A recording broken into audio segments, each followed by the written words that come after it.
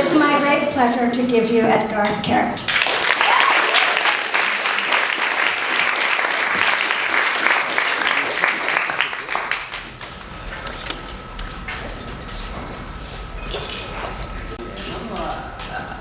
Get some help from the audience, I'm sure. Hi, I'm very happy to be here, and I'm a little scared too because of the risk thing. So the truth is that I couldn't come up with any kind of grown-up kind of risk, so I came up with a very teenagery kind of risk, and what I thought, I'll smoke a joint and then I read the story. So actually I need to borrow the light of somebody in the audience who is not a policeman. Or maybe just a candle would be nice. Any help?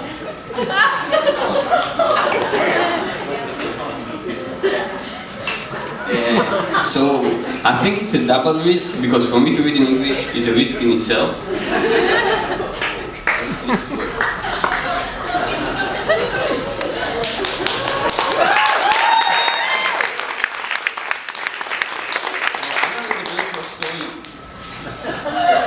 So I have time to tell you my first reading story. First time I read was 20 years ago in Israel. Okay, so they brought this guy in a van. He was supposed to take me to a very far town. And while we drove, the guy said, "How am I driving? How am I driving?" And I said, "You drive great." And he said, "Are you sure? Are you sure?" I said, "You drive amazing, you know, I wish I could drive like you." And he said, "And the way that I move between lanes, do I do it properly?" And I said, yeah, you're great, you're amazing. Why are you asking me all those questions?" So he said, "Well, it's my first day at work and I don't want to fuck up." So I said to him, "You were doing really good." And he said, "I think if we both smoked a joint, it would do us wonder." I said to him, "You know what? It's the first paid reading I'm ever doing. And I don't ordinarily smoke, you know, so I'm not sure it's a good idea." So he said, "You know what?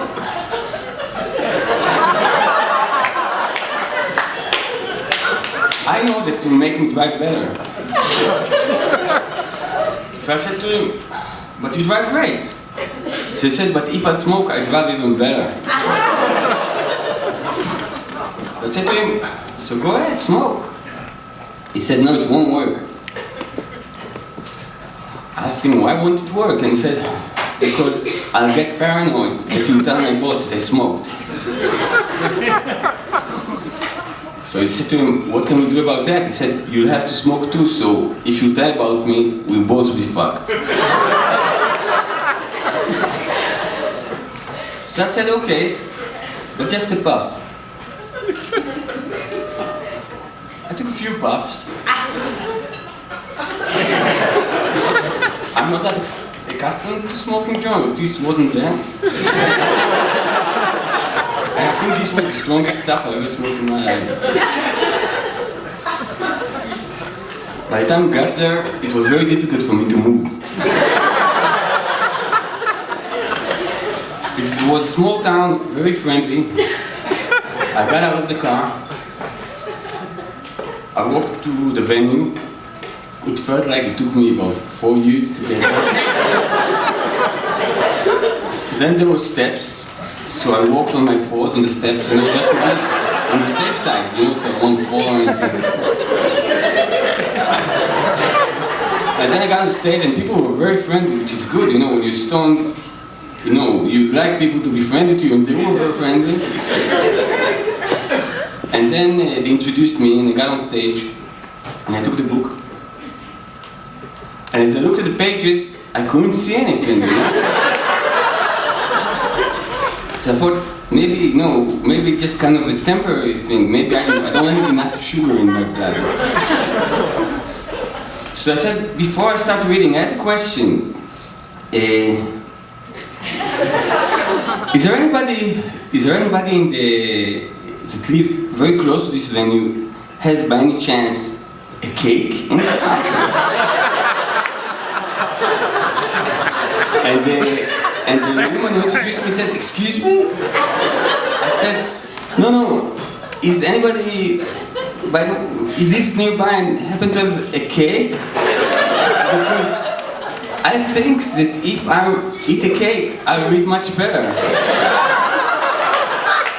And then this woman kind of lifted her arm and said, I live just across the street and I just baked this amazing cheesecake.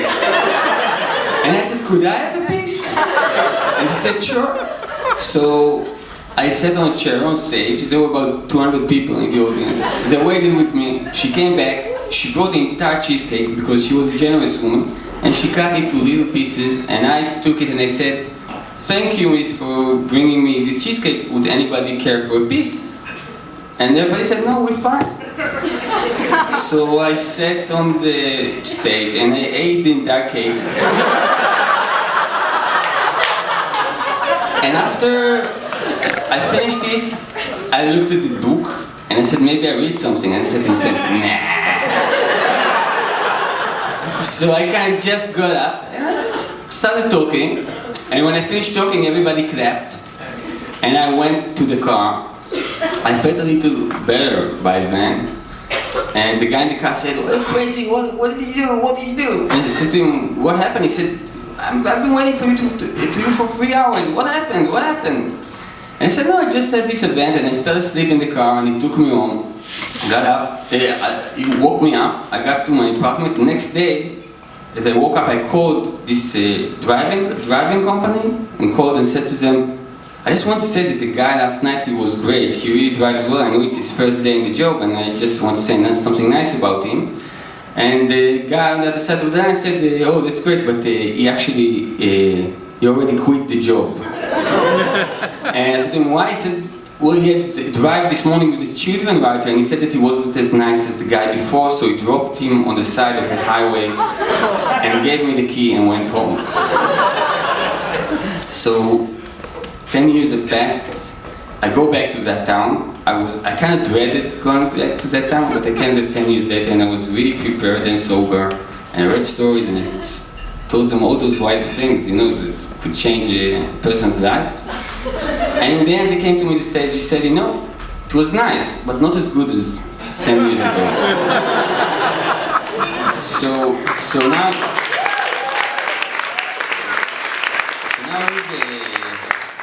a very short story.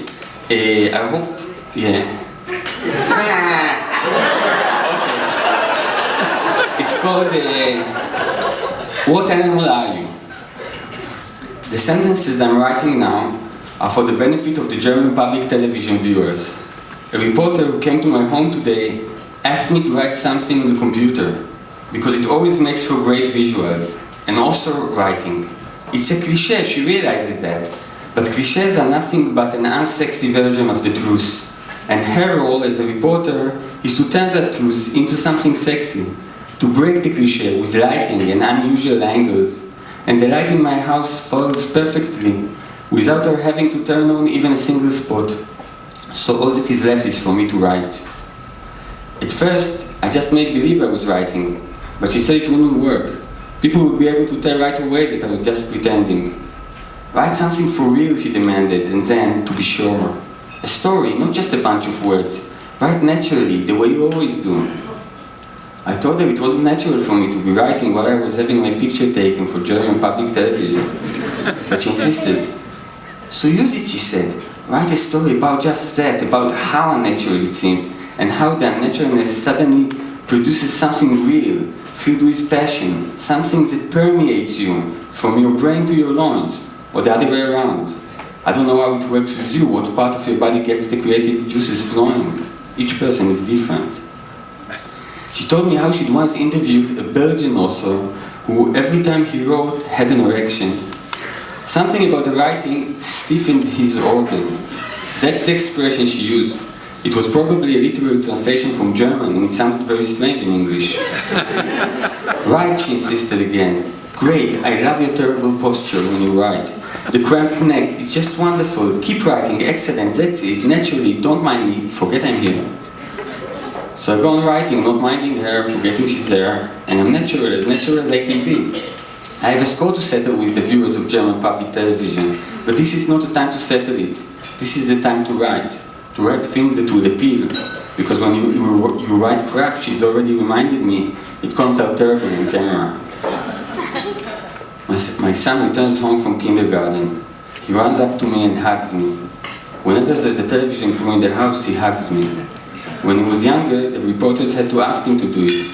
But by now, he's a pro. He runs up to me, doesn't look at the camera, gives me a hug and says, "I love you, Daddy." He isn't 4 yet, but he already understands how things work, this adorable son of mine. My wife isn't as good, the German television reporter says. She doesn't flow. Keeps fiddling with her hair, stealing glances at the camera. But that isn't really a problem. You can always edit her out later. That's what's so nice about television. In real life it isn't like that. In real life you can't edit her out, undo her. Only God can do that. Or a bus if it runs her over. Or a terrible disease. Our upstairs neighbor is a widower. An incurable disease took his wife from him. Not cancer, something else. Something that starts in the guts and ends badly. For 6 months she was shedding blood. At least that's what he told me. 6 months before God Almighty edited her out.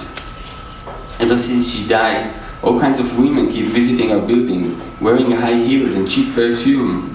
They arrive at unlikely hours, sometimes as early as noon. He's retired, our upstairs neighbor, and his time is his own. And those women, according to my wife at least, they're whores. When she says whores, it comes out natural, like she was saying turnip.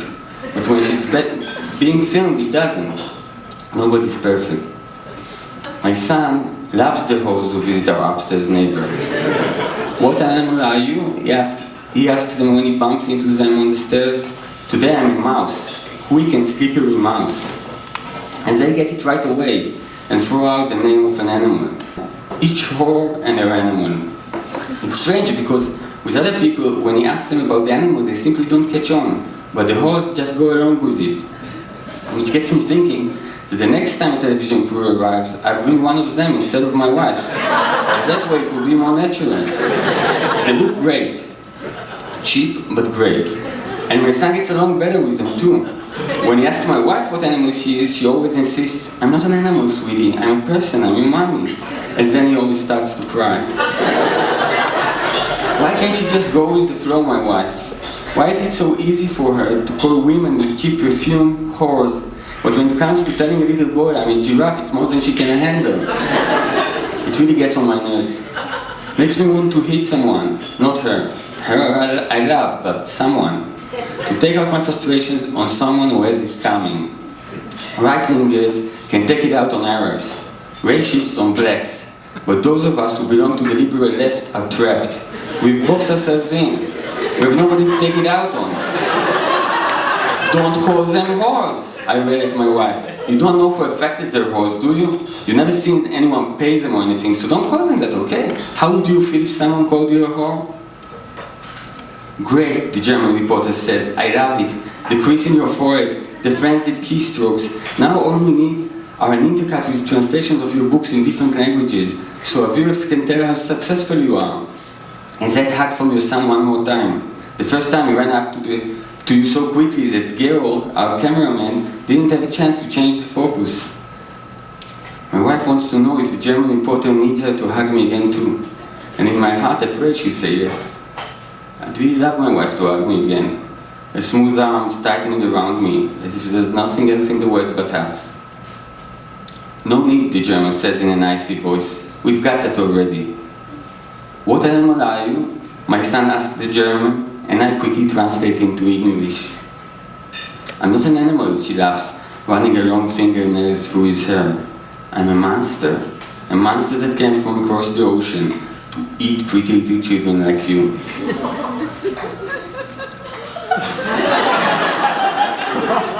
She says she's a songbird. I translate to my son with impeccable naturalness. She says she's a red-feathered songbird who flew here from a faraway land. Thank you.